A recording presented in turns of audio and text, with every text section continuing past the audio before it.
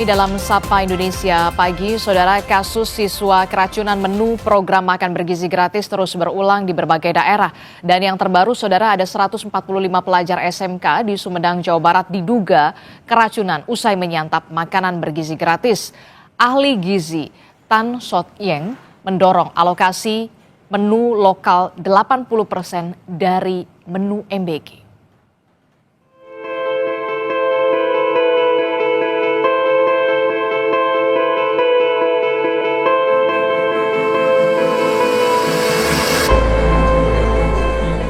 Kasus siswa keracunan menu program makan bergizi gratis terus berulang di berbagai daerah. Terbaru 145 pelajar SMK di Sumedang, Jawa Barat diduga keracunan usai menyantap makan bergizi gratis. 50 diantaranya masih dirawat di Puskesmas Ujung Jaya. Awalnya mereka mengeluhkan mual, pusing, dan muntah usai menyantap makanan bergizi gratis. Mengingat itu, pemerintah Kabupaten Sumedang akan menemui pihak Satuan Pelayanan Pemenuhan Gizi SPPG hingga ahli gizi untuk membahas dugaan keracunan ini. Evaluasi, besok pun kami akan undang SPPG untuk membahas ini. Camat sudah kami tuliskan untuk mentor setiap SPPG dan saya sudah kontak beberapa SPPG supaya betul waspada antisipasi ini supaya tidak terjadi. Total berapa? Yang masih dirawat total? Yang masih dirawat 50 orang. Ya, supaya sudah pulang. Ya udah tanggung pemerintah semuanya. Ya. Berulangnya kasus siswa keracunan makanan bergizi gratis di sejumlah daerah membuat Badan Gizi Nasional BGN bergerak cepat dengan membentuk tim investigasi yang terdiri dari sejumlah ahli. Tidak hanya itu, Wakil Kepala BGN, Nanik Sudaryati Deang, bilang pihaknya akan memperketat persyaratan verifikasi calon mitra makan bergizi gratis. Kemudian kita juga akan lihat apakah standar alat-alatnya masak sesuai dengan standarnya BGN. Karena kenapa? Masak ini penting, alat masak. Karena di situ di teknik masak nih suhu-suhunya harus diatur. Bahkan sudah diumumkan kemarin sore, semua chef yang di dapur harus bersertifikasi. Yayasan harus menyediakan chef pendamping.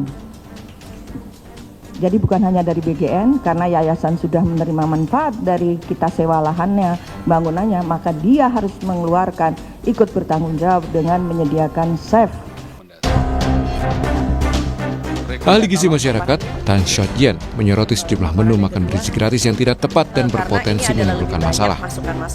Salah satu yang disorotinya adalah menu burger yang muncul paket makan bergizi gratis. Tan Shot Yeng mendorong pemerintah mengalokasikan menu lokal sebanyak 80% di paket MBG. Alokasikan menu lokal sebagai 80% isi MBG di seluruh wilayah. Ya, saya pengen anak Papua bisa makan ikan kuah asam. Saya pengen anak Sulawesi bisa makan kapurung. Tapi yang terjadi dari Lokna sampai dengan Papua yang dibagi adalah burger, di mana tepung terigu tidak pernah tumbuh di bumi Indonesia. Nggak ada anak muda yang tahu bahwa gandum tidak tumbuh di bumi Indonesia. Dibagi spaghetti, dibagi bakmi gacoan. Oh my God. Ya, dan maaf ya, itu isi burgernya itu kastanisasi juga. Kalau yang dekat dengan pusat supaya kelihatan bagus, dikasih kayak chicken katsu. Tapi coba kalau yang di daerah, yang SPPG-nya juga agak sedikit main, dikasih itu loh, benda tipis berwarna pink. Saya aja nggak pernah mengatakan ini adalah daging olahan. Saya aja nista bilang itu daging olahan. Saya nggak tahu itu produk apaan. Itu rasanya kayak karton warnanya pink. Dan buat lucu-lucuan nih, lalu anak-anak disuruh, oke, do it your own. Ya, DIY. Susunnya, ada sayurnya. Astaga, kan bukan itu tujuan MBG. Punten. Ya, dan akhirnya apa? Ini mau sampai kapan makannya burger? Ahli gizi menyampaikan satu porsi menu makan bergizi gratis dapat diisi 4 bahan pangan, yakni makanan pokok sebagai sumber karbohidrat sebanyak 150 gram nasi atau 3 buah kentang berukuran sedang. Lauk pauk terdiri dari protein hewani seperti 2 potong ayam tanpa kulit atau seberat 80 gram dan protein nabati seperti 2 potong tahu atau tempe dengan berat 50 gram. Serta buah dan sayuran sebagai sumber vitamin dan mineral dengan berat masing-masing 150 gram. Fenomena keracunan MBG ini harus menjadi perhatian serius pemerintah. Evaluasi dan pengawasan harus dilakukan mulai dari rantai pasok paling awal hingga saat siswa menerima MBG. Jangan sampai program yang telah menyedot anggaran triliunan rupiah ini malah jadi bumerang bagi gizi anak bangsa. Tim Liputan, Kompas TV.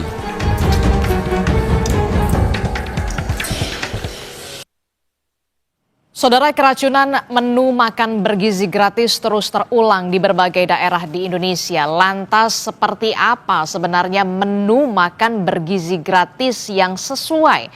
Akan kita bahas bersama dengan Guru Besar Pangan dan Gizi IPB. Sudah bergabung bersama kami melalui sambungan daring. Sudah ada Pak Ali Komsan. Selamat pagi, Assalamualaikum Pak Ali. Waalaikumsalam, terima kasih Mbak. Iya, Pak Ali, terima kasih sudah menyempatkan waktunya berdiskusi bersama kita di Sapa Indonesia Pagi. Pak Ali, jadi sebenarnya apa yang perlu dievaluasi? Jadi salahnya di mana nih dari menu MBG yang menyebabkan keracunan di berbagai daerah di Indonesia, Pak Ali? Ya, jadi kalau saya melihat mungkin nanti di masa yang akan datang, kita ini perlu menyiapkan penjamah-penjamah makanan yang sudah mendapatkan pelatihan tentang keamanan pangan. Dan ini sangat penting. Karena pelatihan keamanan pangan atau sertifikasi keamanan pangan itu bukan hanya perlu dimiliki oleh kepala SPPG-nya saja, tetapi penjamah makanan juga harus tahu teknik-teknik memasak sehingga keamanan pangan terjamin. Oke, sertifikasi keamanan pangan ini meliputi apa saja, Pak Ali? Sertifikasi keamanan pangan itu intinya adalah kemampuan dari penjamah ini untuk mengolah makanan dengan suhu yang pas ya, sehingga indikasi-indikasi bahwa makanan tidak dimasak dengan suhu pas menyebabkan makanan kurang matang dan itu menyebabkan bertumbuhnya mikroba atau bakteri. Termasuk juga bahan baku yang kualitasnya baik dan bagus juga perlu diperhatikan?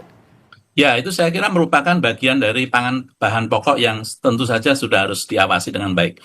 Nah, oleh karena itu distributor atau supplier ini juga harus diawasi dengan baik supaya apa yang dikirimkan ke SPPG itu mempunyai kualitas yang baik.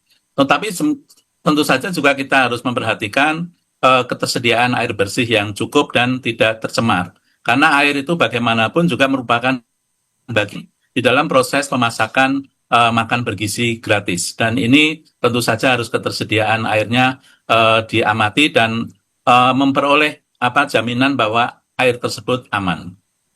Oke, itu kan soal prosesnya ya. Memang penting sekali prosesnya, benar-benar harus ada sertifikasi keamanan pangan di sana, begitu harus benar-benar matang, termasuk soal bahan baku sebagai bahan utama pembuatan MBG. Nah, standarnya ini jadi seperti apa? Apakah perlu kemudian real food begitu ya, atau kemudian ultra proses food begitu? Karena Dokter Tan, salah satu dokter ahli gizi mengatakan, ya masa makannya burger gitu, spaghetti begitu.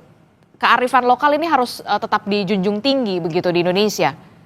Sangat baik bahwa MBG ini mengutamakan pangan lokal karena ini intinya adalah juga sebagian dari pemberdayaan UMKM yang ada di daerah-daerah sehingga ekonomi bergerak dengan maksimal. Saya ingat program PMTAS dulu ya, program makanan tambahan untuk anak sekolah, itu juga mewajibkan pangan lokal sebagai pangan utama yang disajikan di dalam PMTAS sehingga pada saat itu penggunaan terigu itu benar-benar sangat-sangat dibatasi karena kita mengetahui kita tidak menghasilkan terigu ya, tetapi kalau menghasilkan burger dagingnya saja itu tentu bagian dari apa yang bisa diakses oleh MBG ya. Jadi misalnya proses pemasakan ayam ya, kalau dia menggunakan chicken katsu itu ada tepungnya tapi sedikit, ayamnya tetap dalam jumlah yang banyak. Sehingga penggunaan tepung itu benar-benar dibatasi sebagai produk yang memang tidak bisa ditumbuhkan di Indonesia. Jadi saya kira keberagaman itu juga akan sangat tergantung pada bagaimana penyusunan menu yang dilakukan dengan siklus 20 hari. Dan itu menunjukkan bahwa sebenarnya MBG ini sudah mempersiapkan siklus yang baik supaya menghindari kebosanan yang akan dialami anak-anak ketika dia mengkonsumsi menu dengan siklus 20 hari. Oke, jadi saya ingin tanya standarnya menurut Anda, Pak Ali, seperti apa sih sebenarnya harusnya menu makan bergizi gratis itu? Jadi kalau kita lihat apa yang disampaikan bahwa menu bergizi gratis menunjukkan keberagaman. Keberagaman itu dicerminkan mungkin disebut 4 sehat ya, ada nasi, lauk, sayur, dan buah. Dengan komposisi yang sudah disesuaikan oleh para ahli gizi di MBG. Misalnya nasi 150 gram. Itu kalau anak-anak balita tentu tidak bisa menghabiskan 150 gram. Pasti akan dikurangi. Sehingga porsinya sesuai dengan acuan gizi yang sudah ditetapkan oleh pemerintah. Memang kalau kita lihat dari aspek keberagaman, itu keberagamannya sudah baik. Ada buah, ada sayur, ada lauk, dan kemudian ada pangan pokok. Pangan pokok itu kalau menggunakan kentang, itu juga merupakan bagaimana pemberdayaan pangan lokal di Indonesia. Karena selama ini kita ketergantungan pada beras tinggi sekali, dan mungkin lebih dari 90% kita ini mengkonsumsi nasi. Memperkenalkan pangan pokok non-nasi itu dilatih juga sejak dini. Ya, tetapi kentangnya itu apakah cukup disajikan dengan kentang rebus saja, atau berupa mashed potato yang mungkin bisa lebih dinikmati oleh anak-anak, itu juga tentu saja memerlukan bagaimana pembiasaan mengenal pangan pokok non-lokal. Saya kira salah satu ketidakberhasilan dari diversifikasi saat ini adalah bahwa kita sulit menggantikan beras sebagai pangan pokok. Tetapi ketika ada program MBG yang menyasar anak-anak usia dini dan anak usia sekolah, maka ini kesempatan yang bagus mengenalkan pangan-pangan pokok lokal yang sebenarnya sangat bisa dijumpai di berbagai wilayah. Termasuk juga bagaimana saya ingin mengetahui respon Anda terkait dengan makanan olahan yang kita tahu juga dijadikan menu MBG. Misalkan tadi Anda bisa mengatakan nasi bisa diganti menjadi mashed potato begitu ya, atau bisa nggak sih sebenarnya untuk di beberapa wilayah nasi diganti kentang atau ya sama kentang atau jagung misalkan?